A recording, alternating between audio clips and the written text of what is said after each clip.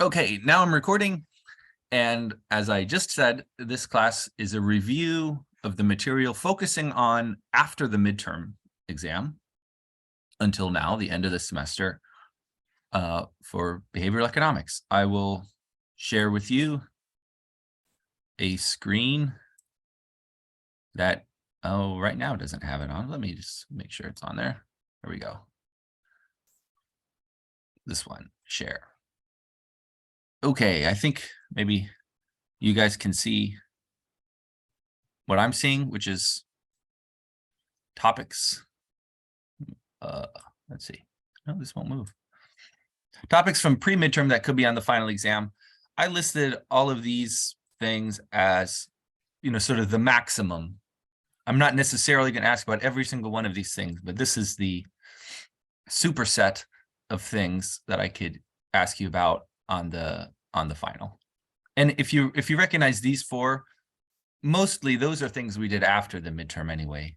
I might have brought up coordination and cooperation because we did prisoner's dilemma games, we did weak link games. We did that before the midterm, but because they're all part of this bigger question of, Homo economicus versus Homo socialis, I'm including those as like both. Okay. Does anyone have any questions about any of these old topics? All right, this was like way back in September. We were talking about preference reversals. Does anyone have any questions about that? Or should we move on? You're gonna have to speak up if you want something to happen. Let's see. Can I see any more of the screen? It's probably the best we can do. Oh, Thomas, you have a question or comment?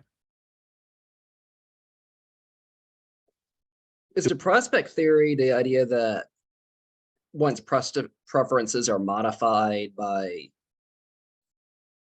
customers, like once people's opinions are modified by their own values and norms, then customers act under standard economic theory? I don't think that's a good definition. I think prospect theory is actually much bigger than that. Mm-hmm. It is a way to think of decision making under uncertainty most of the time. It was created by Kahneman and Tversky to challenge expected utility theory. In other words, what Kahneman and Tversky did was build this theory that incorporated a lot of the psychological findings of their time, like loss aversion, or the reflection effect, or the certainty effect. They knew there were all of these things that didn't really fit with expected utility theory. And their goal was, let's make one big theory that will capture all of these aspects. So we spent a couple of weeks on prospect theory, if you remember.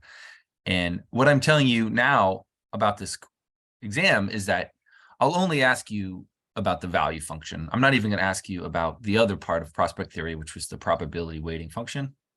I just don't forget what the prospect theory value function looks like. Do you remember what it looks like? I think I have an idea, and I'll probably review it anyway just today. Yeah. The axes are gains and losses.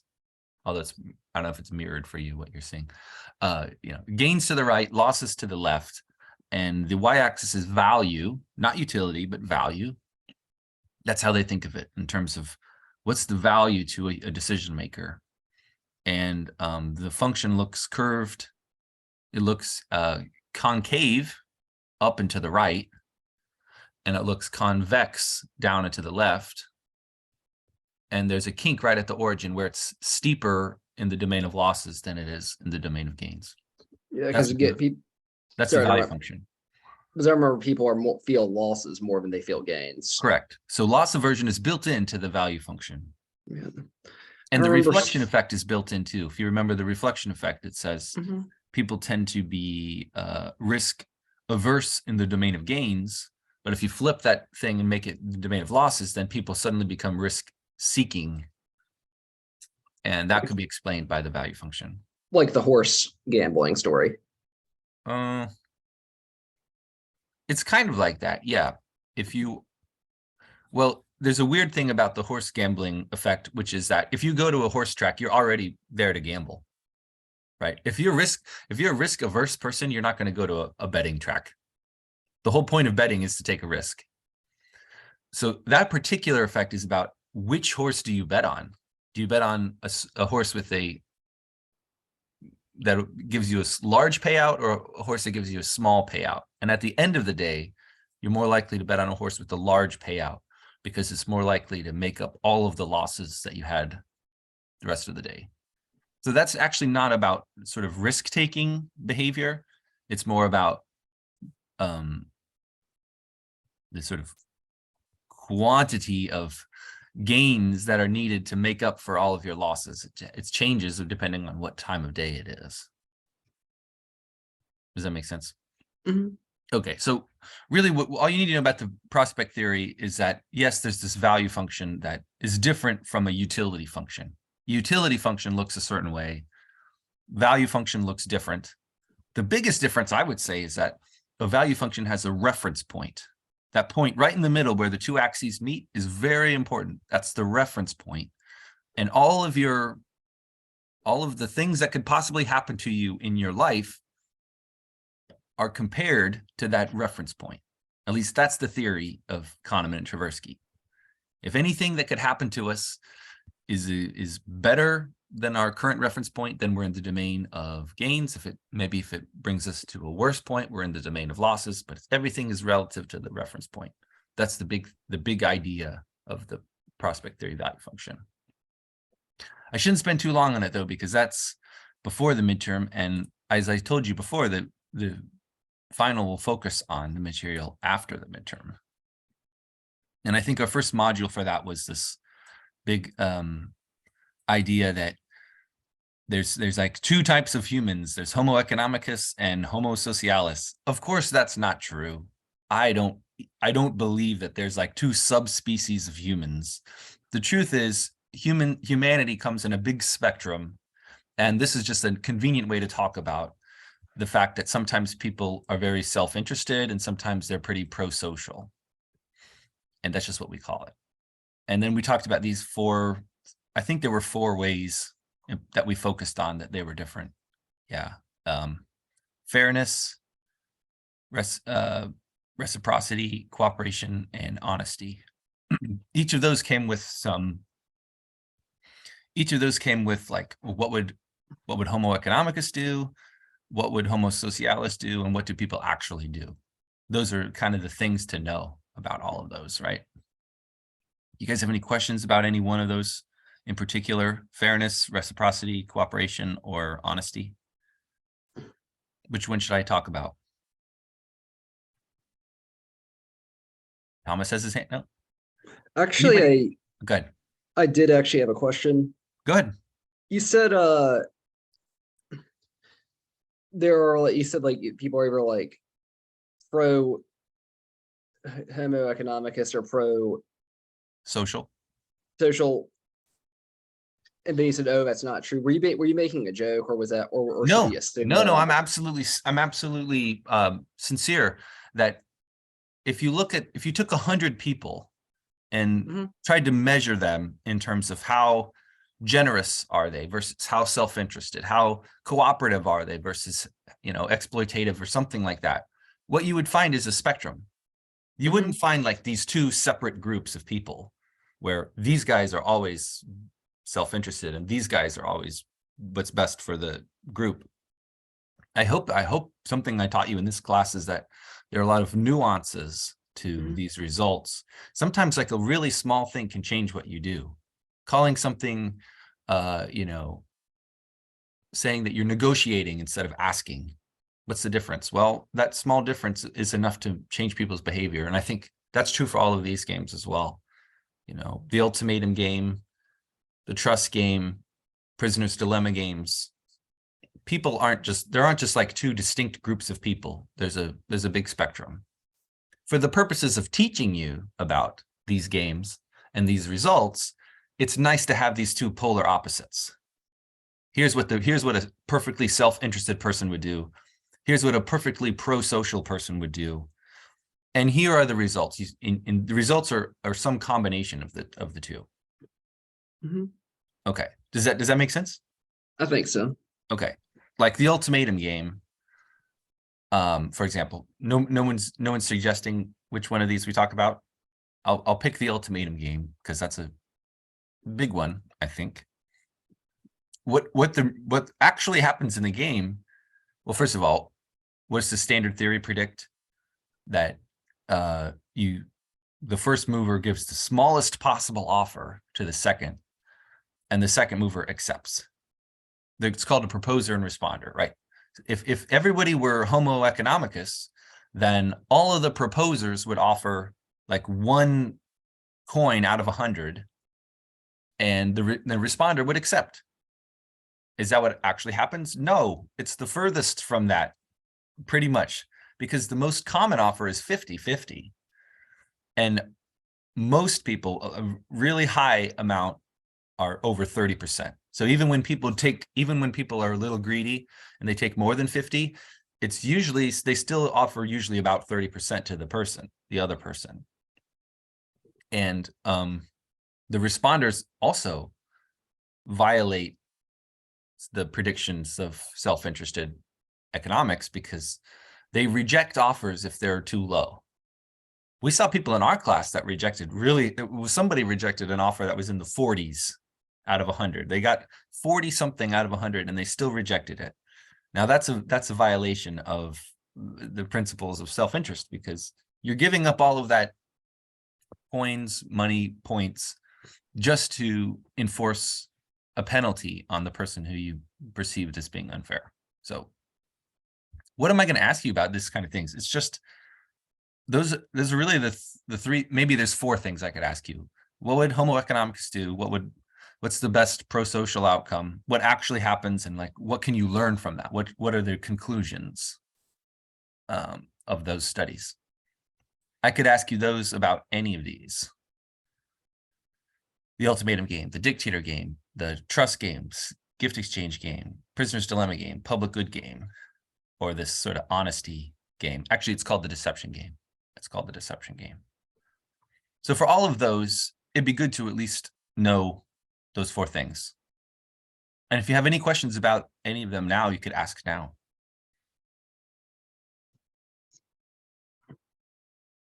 I'm wondering if I should skip that. I think that's pretty easy.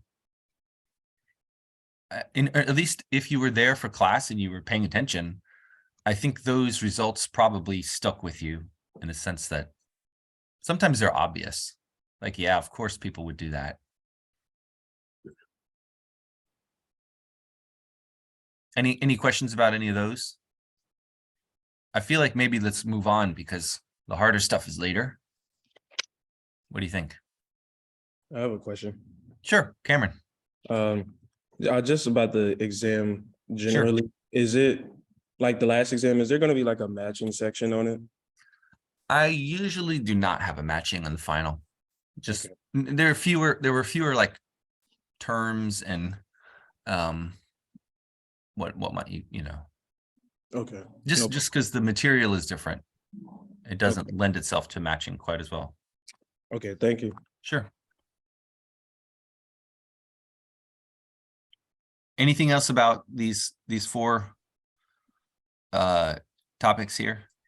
You can't really see, but there's 4 bullets: fairness, reciprocity, cooperation, and honesty. How about I move on to probably what you care more about, is a review of social preferences. Let me remind you, the point of a social preference model is to say, let's try to keep rational choice theory. You know, rational choice theory says everybody has a utility function and they make the choice which rationally maximizes their utility function. And you can sort of explain it. You can think about what they're doing and why. Well, you know, these 4 results here are all violations of self-interested rational choice theory. But you can change rational choice theory a bit to say, wait a second, it's not that people aren't are bad at maximizing their utility functions. It's just that their utility functions include something else that's not just a purely monetary thing. It's about a comparison of my payoff to yours. And that's the model of inequity version.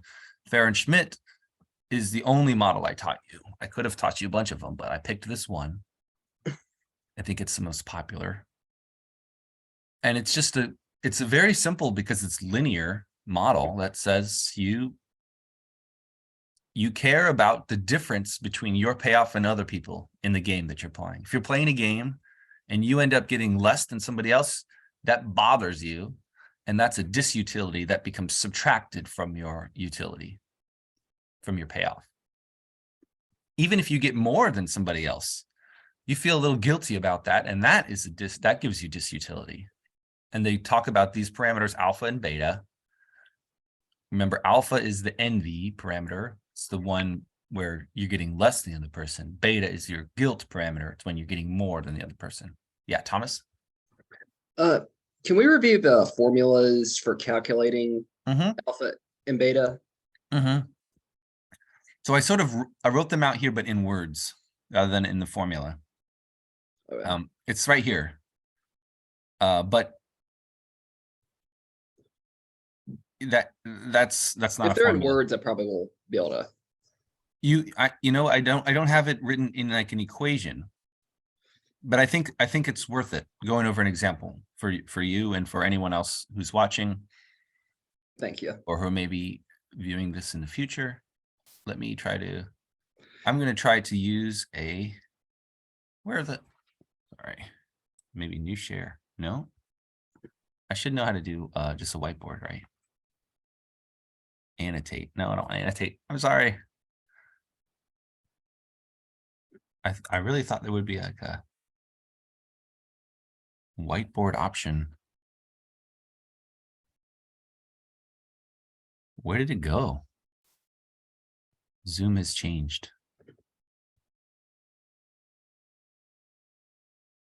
I have annotate.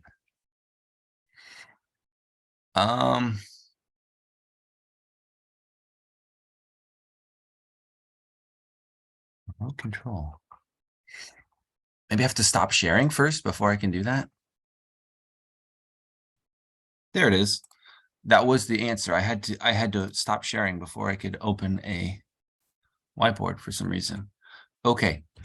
Everyone can see the whiteboard? I can see it. On it. So do you want the formula or do you want some examples or both? Both Thomas. would be- I would. Okay. I'd vote Well, both, please. I have some good news for you, which is that you may not remember, but I said I would only give you problems like this where there were two players. If there's more than two players, this problem becomes it becomes more difficult. Like you may feel envy towards somebody and guilt towards somebody else. But when there's only two players, you either feel envy or guilt or neither. And that sort of simplifies it. So let's call it like my payoff is X and your payoff is Y. Say that. Then my utility of me getting X and you getting Y is equal to, the first thing is what? My utility. All right. The thing that you care about the most is yourself. So that's your utility. But I will subtract alpha times the difference between our payoffs. And if I'm feeling alpha, that means I feel envy and you're getting more than me. So I'll write Y minus X here. Y minus X. But this is only if, now I'm going to just try to write the word if Y is bigger than X. You see that? The utility of me getting X and you getting Y equals X, that's my payoff, minus alpha times the difference in our payoffs. That's only if your payoff is bigger than mine. So really there should be some braces here. I'm going to do the other case, X minus beta. Now it's not Y minus X, right? Because this is the case where I got more than you. I feel guilt, so I'll write X minus Y here. x minus y. If, this is hard to do this with the mouse, if x is bigger than y. There's one case I haven't written here, which is what if x is equal to y? Then it's just x if x equals y, right? You guys see that third one? Why that third one is just true? It's just equal to your own payoff.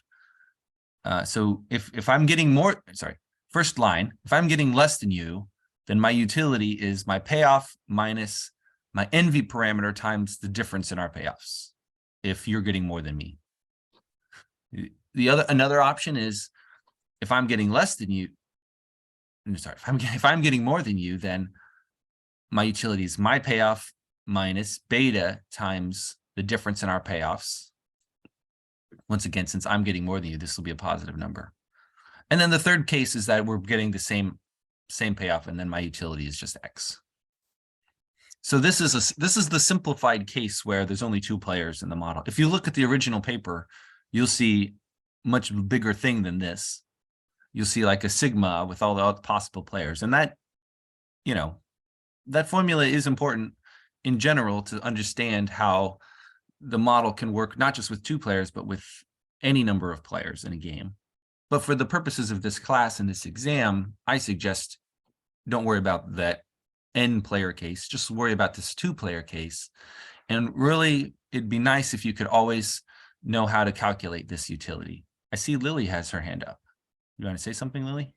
Yeah, I was just gonna ask, I was going through the PowerPoint, so you wouldn't ask us about the like Monopoly game. I don't remember us going over that in class, but Yeah, I'm gonna not ask you about that because I certainly not ask you to do the utilities of that because it's a 4-player game.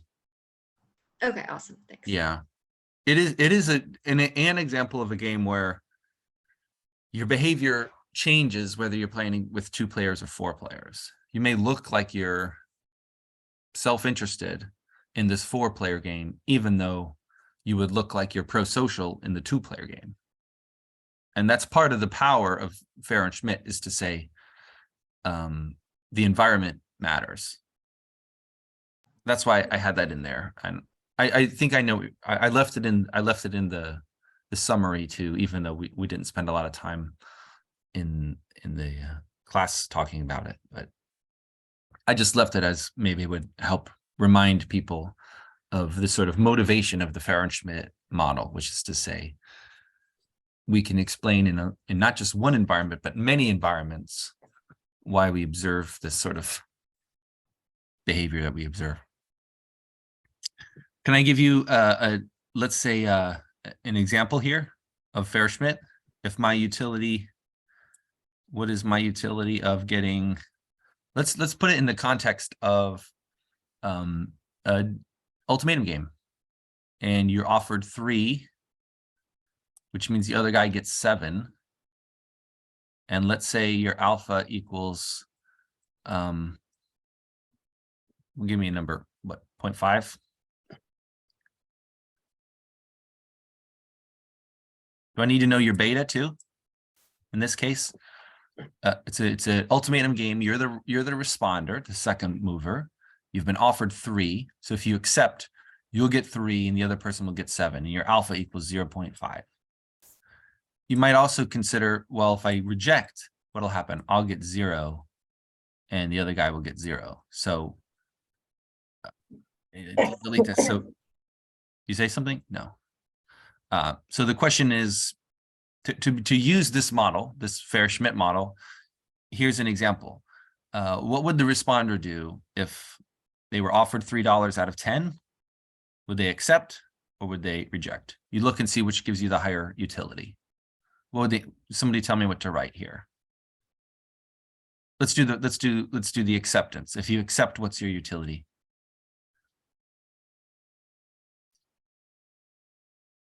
Anyone?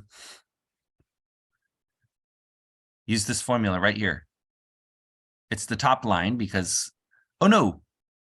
Yes, it's the top line. It's definitely the top line because y is larger than x here.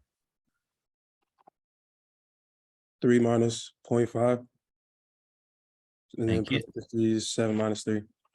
Very good. 3 minus 0.57 minus 3, which equals, Oh, I didn't get the answer yet. that's okay.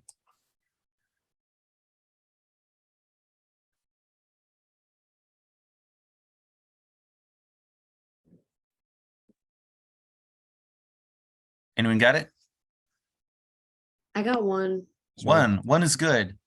And here, if I reject the offer, my utility will simply be 0. So the question, using the Fair-Schmidt inequity aversion model, would a responder with alpha equals 0.5 accept or reject an offer of $3? The answer is Accept. accept, because 1 is bigger than 0. Okay, Thomas said accept it. Yeah. Oh, some people had chats. I didn't see the chats. Right, very good. So what I suggest for you in the exam is to be able to use this model, not just in the ultimatum game, but in any game. Whatever game I give you, could be a prisoner's dilemma game, it could be a trust game, it could be a gift exchange game, dictator game possibly, but those are kind of weird and simple, so unlikely to give you a dictator game. Be able to use it to make rational choice predictions. This is what the person would do. Sometimes I ask you to go the opposite direction, which is make an inference about alpha given the behavior. I'm sort of less likely to ask you about that because it's harder to give you a nice, easy example of that, except for the ultimatum game. The ultimatum game is probably the only time I would ask you to do this inference, which is to say, what was the person's alpha if they were indifferent between this outcome or this outcome? You want me to give you an example of that? Yes, please. Okay, so if should I erase some of this, but not all of it, perhaps? Sticky note. Draw a shape. I could undo, erase. Here we go. So I'll leave the formula for inequity aversion, but I will write another problem, which is responder. This is going to be about responder. I'll just say it in words, which is a responder's minimal acceptable offer is, and I'll tell you what it is. Responder's minimum offer in the ultimatum game. I don't know why I'm writing this. Mouse, not good. In ultimatum game is, you give me a number. Give me like somewhere between 1 and 5, 1 and 4. 3. 3. Okay. So somebody in the ultimatum game says, the minimum offer that I will accept is 3. Then I'm going to ask you, what can we say if this person is a Fair-Schmidt model? If the Fair-Schmidt model applies to this person, that's a big if. But if it does, what can we learn about that person's alpha? So I'll just write alpha question mark. How would you answer this question? This is responder's minimum offer in ultimatum game is 3. Question, what is their alpha? And the way you have to answer this is to kind of go backwards. And use the fact that at your minimum offer, you're exactly indifferent between accepting and rejecting. If they offered you $2.99, you would reject. If they offer you $3, you would accept. Well, that means right at 3 is where you're indifferent between accepting and rejecting, or at least it's close enough. So what can we do? Somebody tell me what to do here to answer this question. Find alpha. Anyone?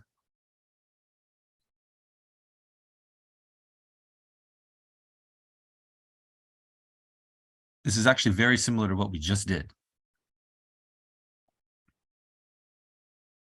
I almost should have left it up there. Remember what we just did? We calculated the utility of getting 3. I should have insisted that you choose a different number than 3. Too late. Okay, utility of 3 and 7 equals the utility of 0, 0. So yeah, Mason, you're right. You took the next step to say, well, the utility of getting 3 and the other guy gets 7 should be equal to the utility of us both getting 0, which is definitely 0. So what Mason wrote in the chat is correct. Can we go straight to that? Now you just want to solve for alpha. You just want to solve for alpha. So use, once again, this top line. You're using the top line because you feel envy, right? This is E for envy. This is G for guilt. And this is N for neither, right? Every time when there's 2 players in a game, you're either going to feel envy, you're going to feel guilt, or you're going to feel neither. Those are the only possibilities with 2 numbers. So in this case, when you get 3, they get 7, that's envy. And so once again, you'd use this top line and say U37 becomes, hey, Damien, you can write on this? Wow, I didn't know that. Go ahead, Damien. If you want to write something, go ahead. Thomas can write on this too. Wow. This is a whole new ball game. Actually, I didn't know that you could do this. We can co-edit. I see. Well, let me write this. Let's do this problem. There's people waiting. I gotta go. Utility of 3 when the other person gets 7 is 3. We already did this, so I'm going to write it again. 3 minus alpha times the difference between 7 and 3, which is 4. So actually, I'd prefer to write that as 4 alpha. Wouldn't you? 3 minus 4 alpha. That's this top line here, where x equals 3 and y equals 7. 3 minus alpha times 7 minus 3 is 3 minus 4 alpha equals 0. And remember, the 0 came from what Mason said, which is if I reject the offer, my utility is definitely going to be 0. So if my minimum offer is 3, that means 3 minus 4 alpha is equal to 0. You can solve that for alpha and get, we've done this one before. It's 3/4. Just use algebra to simplify. Bring the 4 alpha to this side, divide by 4, you get alpha equals 3/4. So that would be the other type of question I could ask. One type of question, which I'm more likely to ask, or at least in a much more broader set of environments, I could ask you, what would somebody do if, according to the Fair-Schmidt model, what would this person do if their alpha equals something and their beta equals something? And then you have to think about the utilities that they would get. Let's say they have 3 options. Sometimes I give you games where you choose a number and a number is in a range. But I could also give you a game where there's just 2 options or 3 options and not a range of options, but just, and then what I would suggest in those cases is for you to really just think about what would the utility be given each of those options. Use your Fair-Schmidt utility function, which is here. You may have to just memorize this. It's not really, you don't have to memorize it. You just have to understand that you feel disutility from envy, according to this. You also feel disutility from guilt, according to this. And if there's X and Y are the same, then you don't feel any disutility from inequity. But so questions on the final are usually, I'll say what I've done in the past, which is giving you a game that you already know, but with one little tweak to it. So you can't just sort of, like, for example, if I gave you the dictator game and I said, okay, beta equals 0.6, tell me what the dictator would do. You already know that because we've said it many times that any dictator with beta greater than 0.5 would split the money evenly. You wouldn't even need to use the formula. It wouldn't be a good test to see whether you understand the Fair-Schmidt model because you already know the results. So what I'm likely to do is give you a game, let's say like the dictator game, but there's like a third option. I can split the money with you, or I can do this other option. And then that will force you to really think about the utilities and the disutilities of envy and guilt to tell me what would happen in that game. So I'm almost assuredly going to give you a question like that on the exam. A game similar to a game that we've talked about in class, but with some extra little tweak to it that forces you to really think about what their actual utilities would be if they did something else. Thomas, you have a question? Yeah, what do you mean by? You may not want to answer this. What do you mean by other option? Because isn't it that with the dictator game, the dictator just No, for splits- example, no, I can answer that easily. For example, the dictator game either will split money with the recipient, or they have another option, which is to not play. exit the dictator game and they get $9 instead. Ah, That's actually a tweak on the game that we talked about in class. If you remember, Dana, Kane, and Dawes are the authors who did a paper that did exactly this to see how many people would remove themselves from the dictator game. I wouldn't use that example though, because there's a trickiness involved, which is, do I care about the person if I exit the dictator game? I'm going to make it so you don't have to worry about that sort of psychological issue of who do I care about, who do I not care about. I'll make it very clear who are the players of the game and whose payoffs should enter into the utility function. And I already told you it's going to be 2 players. Does that make sense? that makes sense. Thanks. Yeah. For answering. And really any of the games that we've already talked about, I could sort of add an extra option. And that would mean you can't just go by memorization of, oh, I know what happens in the ultimatum game. I've already memorized it, or I already know what happens in the dictator game.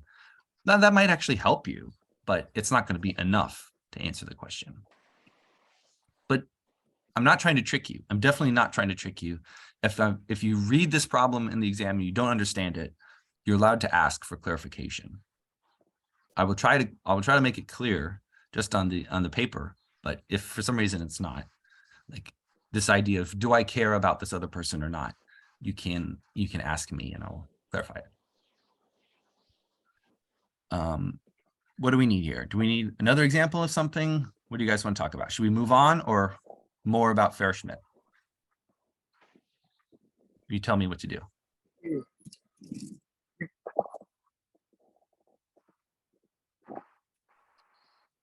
Move on or more inequity aversion? I'm good to move on, Damien says. I think I'm good to move on as well. Okay. You feel prepared for a question that's like a game that we've already done, but with a little tweak? Yeah. Good. So. And my advice is just think about the utilities. Think about what utility would, whoever the decision maker is, the decision maker is going to consider their options and choose whatever option gives them the highest utility. So if you understand the utility function, I think you will get the right answer. I think I should end this. Not end the meeting. Ooh, that would be bad. I just wanted to close whiteboard. And go back to sharing this. Here we go. And here's a kind of final synopsis of this game. I actually give you the example of the ultimatum game here. For example, instead of being indifferent between accepting and rejecting an offer of $3, in this bullet point here, I give you the example of what if their minimum offer was 4. Well, then you could do the same sort of math and you'd get alpha equals 2. Instead of what we got in the example we just did, 3 was their minimum and their minimum alpha was 0.75. It's kind of interesting to note that just going from a minimum of 3 to a minimum of 4 makes a big difference in alpha. The predicted alpha would, instead of being 0.75, it jumps all the way to 2, because it means you really care about envy a lot more if you demand 40% of the pie as opposed to demanding 30% of the pie. And the same is true. Like if you demand 45% of the pie, that means your alpha is very high. Okay. and I put these approximate averages. I don't think that's that important, but I think there is a requirement that alpha is greater than or equal to beta. So those are some restrictions on the model. Alpha and beta should be non-negative. That means positive or 0. Alpha should be greater than or equal to beta. Beta should be less than 1. Those are the only 3 restrictions on the parameters, if you want to remember those. Okay, most of you said move on, so let's move on. Progress. I gotta adjust. Progress in game theory. I kind of like Colin Kammerer's paper as a good summary of what behavioral game theory is. It's the case where the prediction of game theory is different than what actually happens. Really, anytime that's happening, that's behavioral game theory, because there's human behavior that isn't explained by game theory. You need behavioral economics. He categorized it into games of social allocations, framing effects, strategic situations. It seems like they all fall into these 3 categories. And hopefully you remember what backwards induction is. Backwards induction is a tool that game theorists use to make predictions. It's like start at the end of the game and work backwards, figuring out what people will do. But the centipede game shows us that that's a bad way to make predictions. The centipede game has all of these, like, it looks like a centipede walking and it has the legs. And the prediction is the game should stop the very first move, the game should end. If you use backwards induction, that's the prediction, the game should end. But we played this in the class. Nobody stopped beginning the class. Almost nobody stops until towards the end of the game. They let the game continue. And then you might ask, why do people do that? One answer is maybe limited look ahead. They don't look all the way ahead to the game. They only look a few steps ahead. And Kammerer wrote about that. I sort of think maybe that's one of the more important things that he wrote about in this paper. Any questions about that? How about the beauty contest game? That's the one where you're trying to guess. Usually it's 2/3 the average of everyone else. Everyone makes a guess and everyone's trying to outguess the rest of the group by guessing a smaller number. And the equilibrium of this game is to guess 0 or 1. That's the game theory prediction. Everyone will guess 0 or 1. That's a bad prediction, right? Because almost nobody guesses 0 or 1. Everybody's guessing something maybe in the 10s, 20s, 30s, 40s. If it's between 0 and 100, they tend to be around that range. Because game theory is so bad at making prediction, you need something else. And that was the second model I taught you. It's called the cognitive hierarchy model. Cognitive hierarchy just means every person plays this game in a way as if they are one step ahead of everybody else. And the difference between me and you is that how many levels I think everybody else is doing. And we call this level K thinking, where if you're level 1, you think everyone else is level 0. And level 0 is just random, monkeys on typewriters, just randomly pressing buttons. That's what a level 1 player would do, according to this model. Remember, this is just a model. Level 2 behaves as if they think everyone else is level 1. And etc. Level 3 behaves as if everyone's level 2. You always think you're one level higher than the rest. And what these researchers noted is that it's a pretty good way to describe how people play in these games. It's not perfect, but most games have level 1 players, level 2 players, some level 3, not a lot of level 3, but some level 3, and then some level infinity players, which is the Nash equilibrium players. You can look at a lot of games and say, yep, there are these, you can categorize people into these types. I really liked the TED Talk with Colin Kammerer because he shows using neuroeconomics that, he gives people these brain scans while they're playing this game, and people who are level 1 treat humans the same as they treat robots. In other words, they're not really thinking about the humanity of the person that they're playing with. And that makes them less strategically sophisticated, as opposed to level 2 players, where there is a difference between when they're playing against a person and a robot, because they're using the part of their brain that's empathetic and thinking, what would that other person do, and how do I respond to that? So we have some brain chemistry that confirms some of the predictions of the level K cognitive hierarchy model. You guys have any questions about that? The type of thing I could ask you there is generally a beauty contest game. Beauty contest games are just like the ideal way to ask you about the model, which is to say, I might change the parameters of the game. I might say, okay, this is a game where everyone's trying to guess 1/2 of the average, and the range is somewhere between 0 and 100. I could ask you that. And then I would say, well, what would a level 2 person choose in this game? And you have to think about how that goes. Does anybody want an example of that? Do you want me to do an example of that? Yeah. Yeah. Cameron, let's Back one. let me go back to the whiteboard now that I know how to do that. Open and collaborate. All right, so there's a range. So this is, by the way, the canonical example of this is with 2/3 and a number between 0 and 100. But now let's say I change it to, instead of 2/3, maybe I'll choose something completely different, like well, what I said 1/2. Let's use 1/2. Choose a number between 0 and 100, and winner is half. Whoever comes closer to half the average. And then the question is, what is a level? Let's make it hard. What does a level 3 do? That's a hard one. What would a level 3 person choose in this game? So how would I start thinking about this? You don't really need to think about level 0. I feel like this is a mistake people make. They start to predict what level 0 will do, and you really can't predict level 0. They're just random. What you should start with is level 1. You should start with level 1. What would a level 1 predict?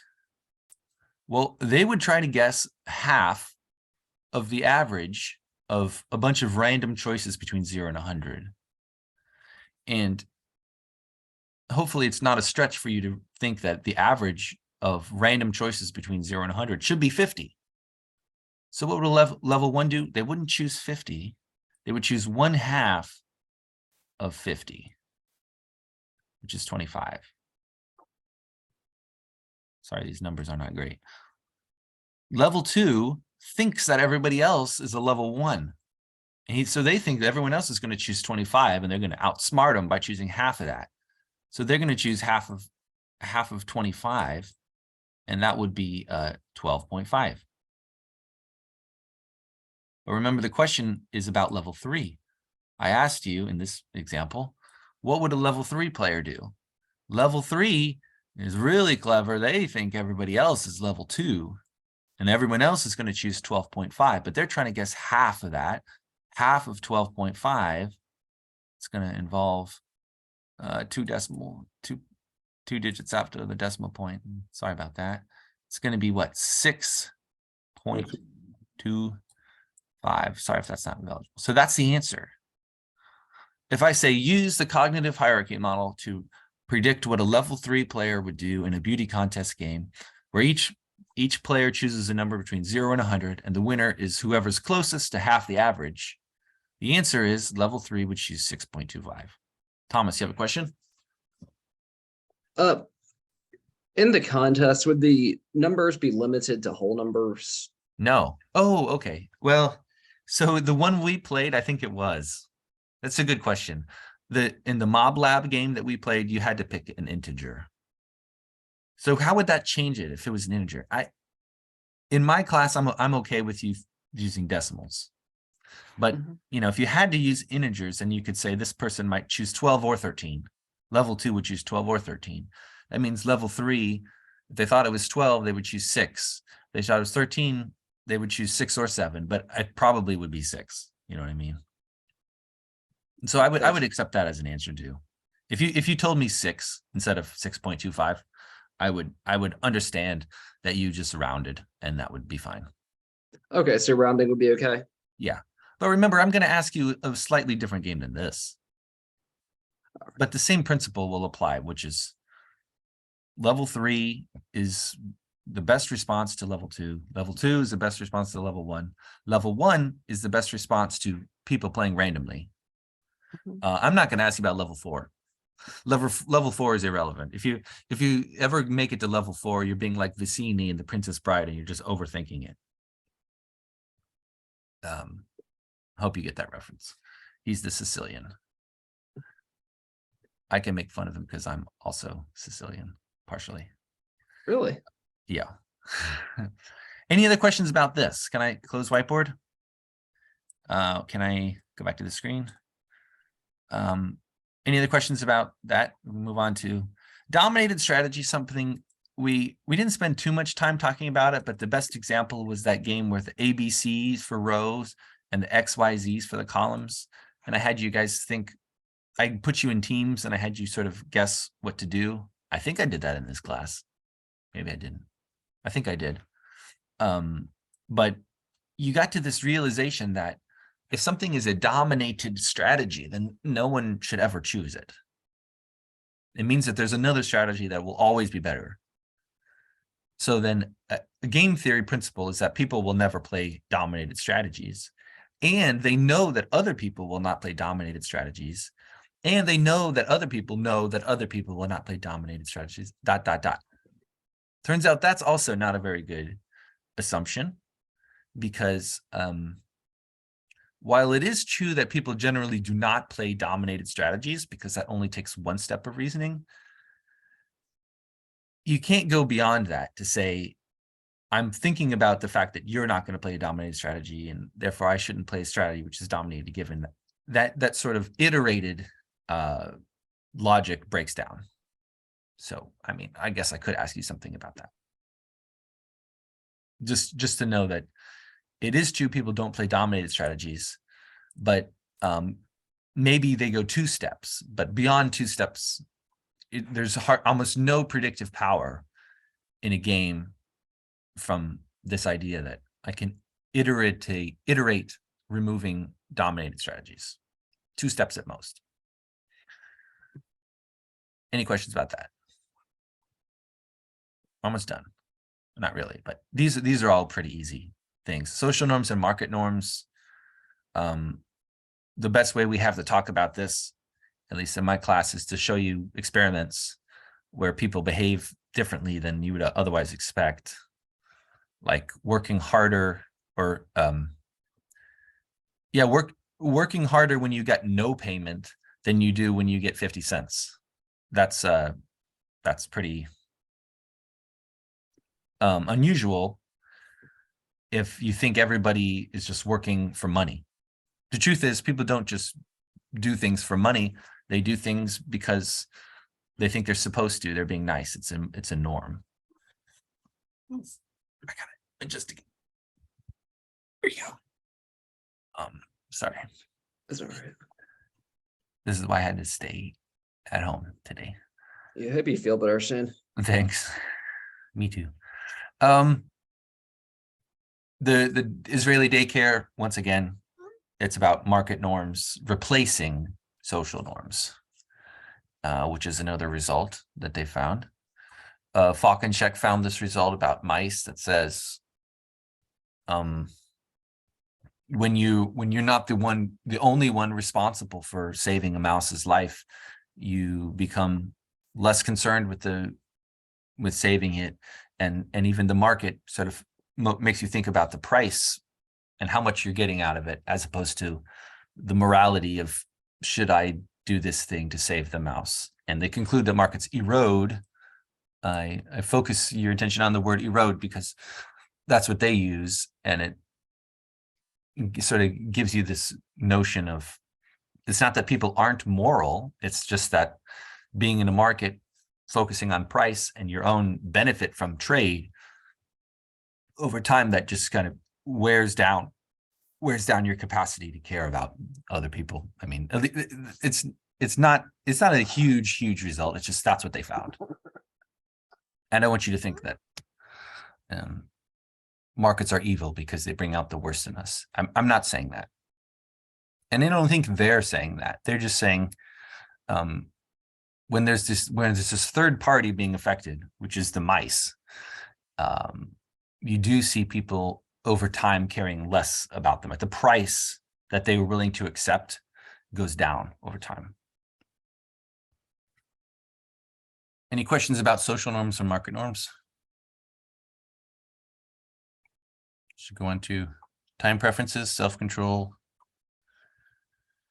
I pretty much skipped this paper, but there are slides about it if you want. I doubt I'm going to ask you about it. The second one I did ask you about. I do think that's a important paper, important result, because it's a commitment. It's a forced commitment that works better than an optional commitment. You give students the option to give themselves deadlines for papers. Some people take the option, but some people don't. And overall, their scores are worse than if they didn't have the option but were forced to turn in the papers and in regular intervals. It kind of just shows us that not only are we tend to procrastinate, but we don't even realize how much we could benefit from a commitment device to overcome that.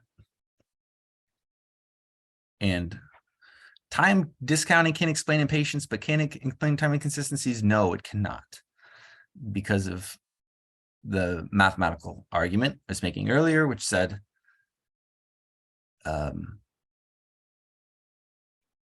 whatever utility you get from option A versus the utility you get from option B, that should be something which is calculable at any point of your life. You should be able to say, well, this is how much I would get with option A. This is how much I would get with option B. It shouldn't matter when I'm asking you about these two options, according to the theory of time discounting. Whereas the time inconsistency says the opposite. It actually does matter when I'm asking you. If I asked you a year ago or right now about this option, your answer might change. And you can only explain that with something like a present bias, where if at the time I'm asking you, you particularly care about your present self, and that particular care changes over time, then you can explain why people change their answers in this way. You can think about the marshmallow test as well, as it's sort of a time inconsistency. If the people really wanted the 2 marshmallows, but they can't resist the one, they would somehow benefit from a commitment device, like locking the marshmallow away, it's where they couldn't get it, and they couldn't even think about getting it. It wasn't an option. If they take away this option to have the marshmallow during the 5 minutes where they're waiting, then they get to benefit from having 2 marshmallows afterwards. And people would take this option. I tried to argue through that video that looking at the kids who are like in pain and they're just struggling to not eat the marshmallow. If they actually had this option to remove the marshmallow and it wasn't even an option for them to eat it, that they would be better off. That's the inconsistency in that case. Not that surprising. Let's move on to willpower, which is generally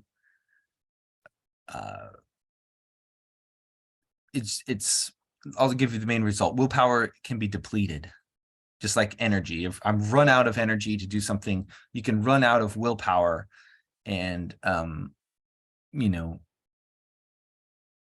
normal economics would not include in a model, how much willpower you have left to decide. An option which is healthy, an option which is not healthy. Which one are you going to take? Well, it depends on the state of your mind and the amount of willpower you have left. If you've already depleted some of it, you're going to be more likely to make the worse option, take the worse option, or the more tempting option, something like that. This is really psychology. I kind of snuck this in here. I would say it's more of a psychology than an economics thing, but that's all right. Willpower is overrated. Okay, so you're saying you don't need willpower, or it doesn't explain people's decisions very well? He's typing. Okay, for the gender studies, I highlighted these 4 papers, but we only talked about these 2. So I left these 2 on here because they were the ones I would have done if I was feeling better. And I would have talked to you about even more papers than that, but just, you know, this is willpower doesn't work. Interesting. I'll look at that later, Thomas. Yeah, this one I didn't give you was about children and comparing their times running themselves versus running against another person. Almost everybody runs faster under a competition than they do solo running, except for females running against other females. Somehow in that group, and that was the only group where instead of running faster when they were in competition, they ran slightly slower in competition. So I don't know if this is kind of a sexist paper, but Ganese and Rusticchini did this, 18 years ago or something. And just to show that even very young people, these are 9 and 10, the actual speed between boys and girls are the same at that age. There's no real difference in their speed, but there is already this difference in how competitive they seem to be. And, probably a lot of that is socialization that happens at a very young age, is basically what they argue. And I didn't talk about discrimination here, but that's another one where there does seem to be something biased about the way applicants in a job are selected. If I can see whether you're a man or a woman, you're more likely to hire the man. But if you can't see, if it's blind and you only can go by what you hear, then women are hired more often. So there does seem to be an effect here. Claudia Golden is the name of this researcher who published that paper. And then these other 2 are the ones we've already talked about. But kind of results like this, I'm not going to try to get you to do a whole big picture thing. I'm just more likely to ask you, like, what are the results of that one experiment, I would say. You have any questions about any of those?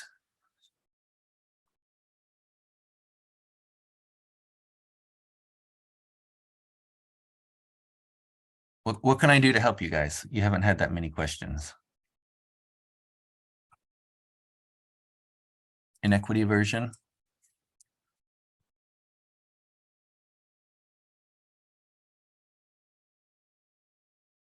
New whiteboard.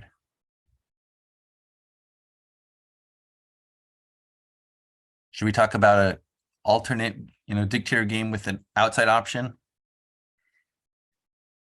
Or a trust game with an outside option, or a ultimatum game with an outside option? The class is about to be over. Once again, I would say, just think about the relevant utilities if they take that outside option. If you could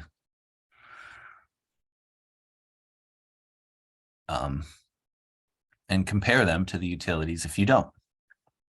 And even if it's one where it's a game you've already thought about, you already understand how it normally works, your intuition is still good. You can still use that for the altered version, but just include the extra step of comparing the utilities with this altered case to the otherwise known utilities. Thomas, you have something to ask? Yeah, I have a question. This is more of a technical. Okay. Yeah, this is more of a technical question. Where can we find this? Where were you going to put this class recording? Oh, I don't know. Maybe YouTube. You said you would record the class, because I think that might be pretty helpful in studying. Okay, I think YouTube. All right. Do you want me to send you the link? If you would, I would appreciate it, just because. Yeah. I think it's the easiest for me. I know there's Okay. Kaltura, but I have not found that to be quite as simple as YouTube. Yeah, well, Kaltura is a silly name anyway. It's not the name that bothers me, it's the functionality. All right, well, thanks for sending it. Sure.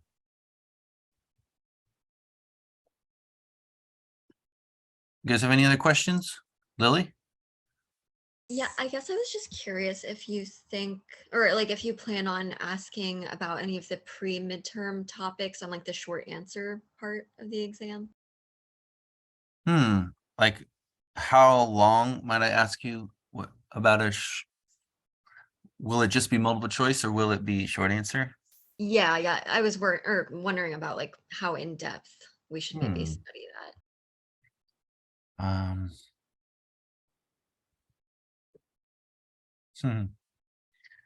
I kind of think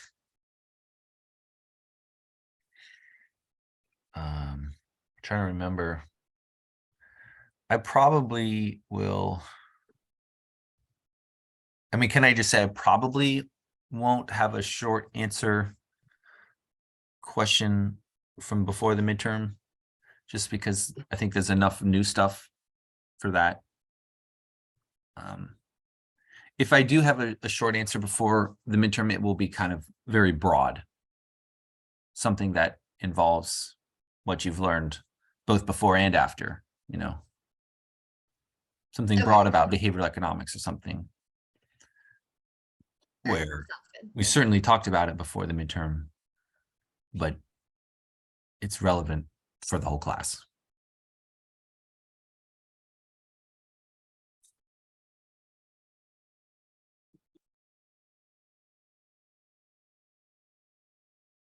Phone is blown up. Any other questions? What can I help you guys with?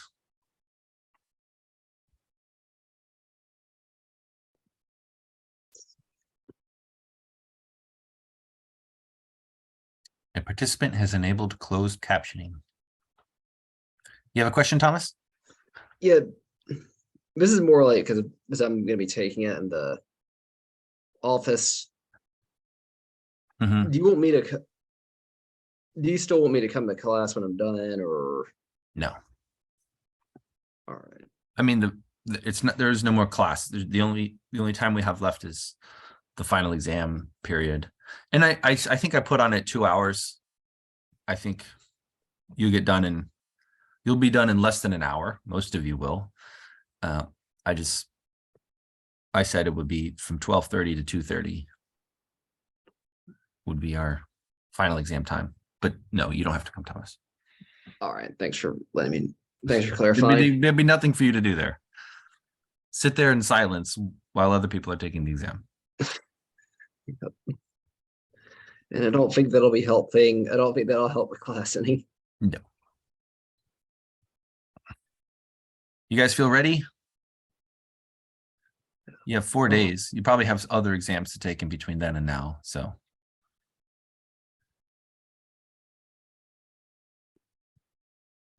I will put this on YouTube. Seems like it might be helpful for a lot of people. I think I will stop the recording now. So if you've watched this far, wow, that's a lot of watching. I'm shocked. Bye.